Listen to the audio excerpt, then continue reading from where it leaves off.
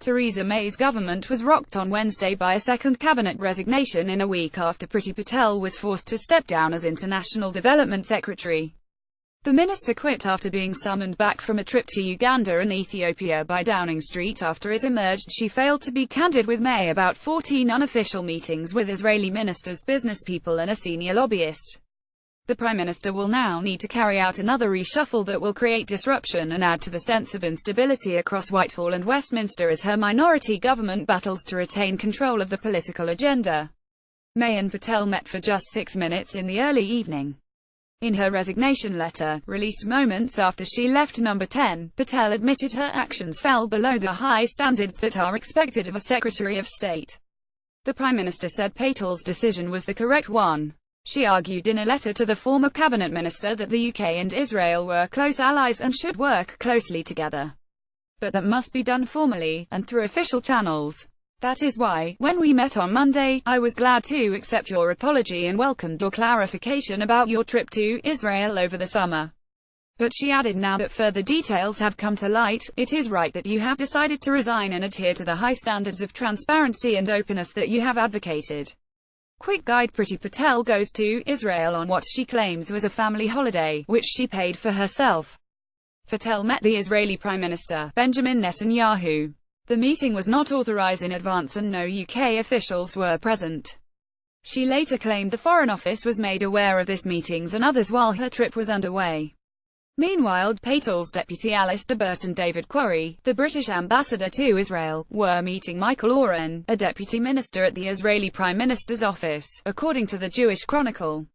According to notes of the meeting, cited by the paper, Oren referred to Patel having had a successful meeting with Netanyahu earlier. Foreign Office officials became aware of Patel's first meetings, according to a statement given to the Commons by Burt on 7 November. He did not mention his own visit to Israel. Hansard quotes Burt telling the Commons the Secretary of State Patel told Foreign Office officials on 24 August that she was on the visit. It seems likely that the meetings took place beforehand. On the same day Patel met Yair Lapid, the leader of Israel's Yesh Atid party, who describes her as a true friend of Israel. On an undisclosed date during her trip, Patel visited an Israeli military field hospital in the occupied Golan Heights, according to the Israeli newspaper Haaretz. If confirmed, this would be a breach of a protocol that British officials do not travel in the occupied Golan under the auspices of the Israeli government. Patel leaves Israel after 12 work meetings, during 2 days of a 13-day holiday. As well as meeting Netanyahu, she also held talks with the Public Security and Strategic Affairs Minister, Gilad Erdan, and an Israeli Foreign Ministry official, Yuval Rotem. The meetings were organized by Lord Pollack, a leading member of the Conservative Friends of Israel. He accompanied Patel on all but one of the meetings. On her return to the UK, Patel inquires about using the UK aid budget to help fund the Israeli army's humanitarian work in the Golan Heights.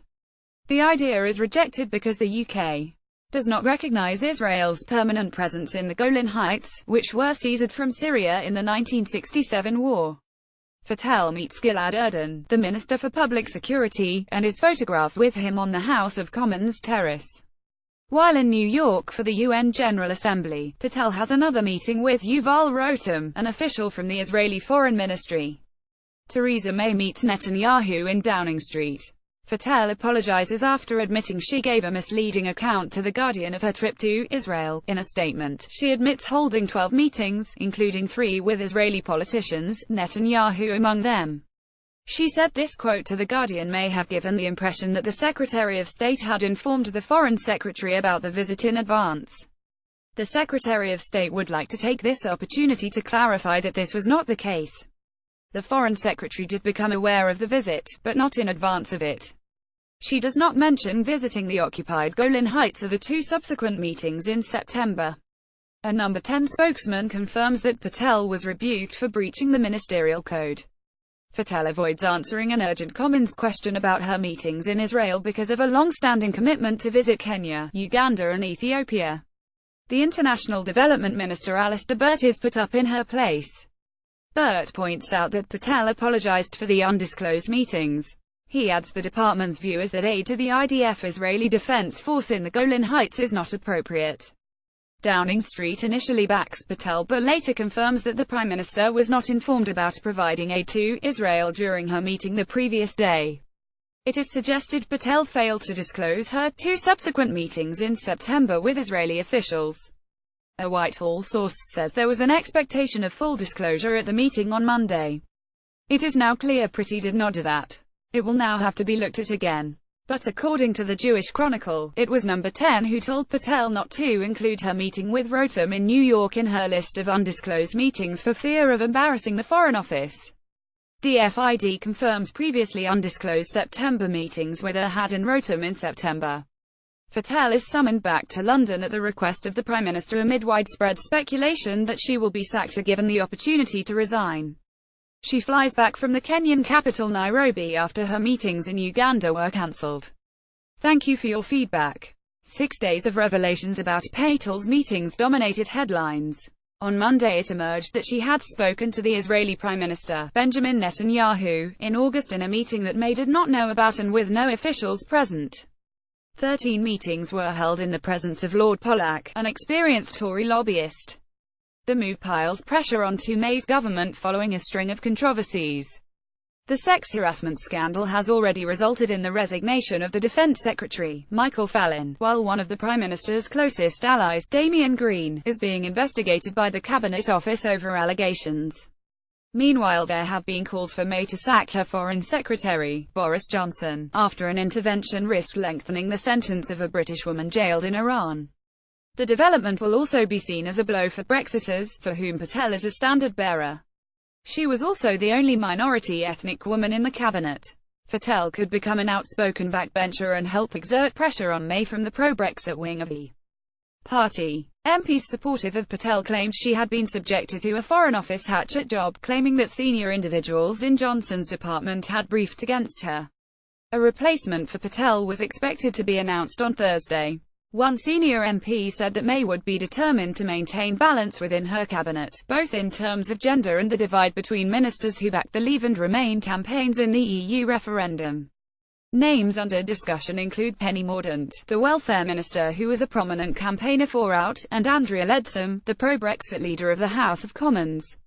Remainers who could be in line for promotion include Claire Perry, the climate change minister, and Alistair Burt, whose current brief spans the Department for International Development and the Foreign Office. Patel's return to Britain on a flight from Nairobi, Kenya, had been closely followed on the internet and in the media, with broadcasters even airing pictures of the plane she had been travelling in as it landed. It appeared that the MP for Whittam had broken ministerial rules when the BBC disclosed on Friday that she met politicians and businessmen from Israel while on holiday in August without informing departmental officials, the FCO at Downing Street, in advance. In an interview with The Guardian on the same day, she made misleading claims that Johnson had been aware of the meetings and that FCO mandarins had briefed against her. Patel told The Guardian Boris knew about the visit. The point is that the Foreign Office did know about this. Boris knew about the trip. It is not on. It is not on at all. I went out there, I paid for it. And there is nothing else to this. It is quite extraordinary. But on Monday she was forced to apologize and withdraw her claims about the FCO and Johnson after a meeting with May. She also admitted that she had held 12 meetings in Israel with officials, businessmen, Netanyahu and the country's security minister. Patel's downfall was triggered by a failure to be entirely candid with the Prime Minister on Monday. It is understood that Patel told May in person that there were no other revelations due to emerge about her visit. But her reassurances collapsed on Tuesday when it emerged that DFID officials had been asked to explore whether it would be feasible to send UK aid money to the Israeli army for humanitarian work in the occupied Golan Heights. Her fate was sealed late on Tuesday after Downing Street confirmed that Patel had two further unauthorized meetings with senior Israeli officials after her return from Israel. Gilad Erdan, the Israeli security minister, met Patel in Parliament on the 7th of September. She also saw Yuval Rotem, an official from the Israeli Foreign Ministry, for a meeting at the UN General Assembly in New York. Pollack was present at both meetings. The Israeli newspaper Haaretz claimed on Wednesday that Patel had visited an Israeli military field hospital in the Golan Heights, a disputed area that the UK does not recognize, and failed to declare it. DFID said it could neither confirm nor deny the report. Downing Street insisted that May knew nothing about Patel's meetings until the controversy broke in the media late last week. However, Burt said in the Commons that the British Embassy, FCO and DFID had been informed on the 24th of August, immediately after the meetings took place and while Patel was still in the country. Neither the FCO nor DFID were able to explain why Number 10 had not been informed. Patel's resignation will prompt further calls from the Conservative right to merge DFID with the FCO. Johnson appeared to make a play for his department to absorb DFID last month, saying it was a colossal mistake in the 1990s to divide the Department for International Development from the Foreign Office. Labour's Tom Watson claimed that he had been informed of a further meeting by Patel during her holiday with officials from the British Consulate General in Jerusalem, suggesting the government had been formally notified of the situation. The existence of such a meeting or meetings would call into question the official account of Ms. Patel's behaviour, and the purpose of her visit, wrote Watson in a letter to the Prime Minister last night, which listed a series of fresh questions. The development comes 7 days after Sir Michael Fallon resigned as Defence Secretary over accusations of inappropriate behaviour towards women, which he categorically denies. Damien Green, May's right-hand man, remains under investigation by the Cabinet Office for alleged inappropriate behaviour towards a female activist and for allegations connected to claims that pornography was found on a laptop seized by police. He denies both of these claims. May's administration has been hit by a series of crises since she lost her House of Commons majority in June.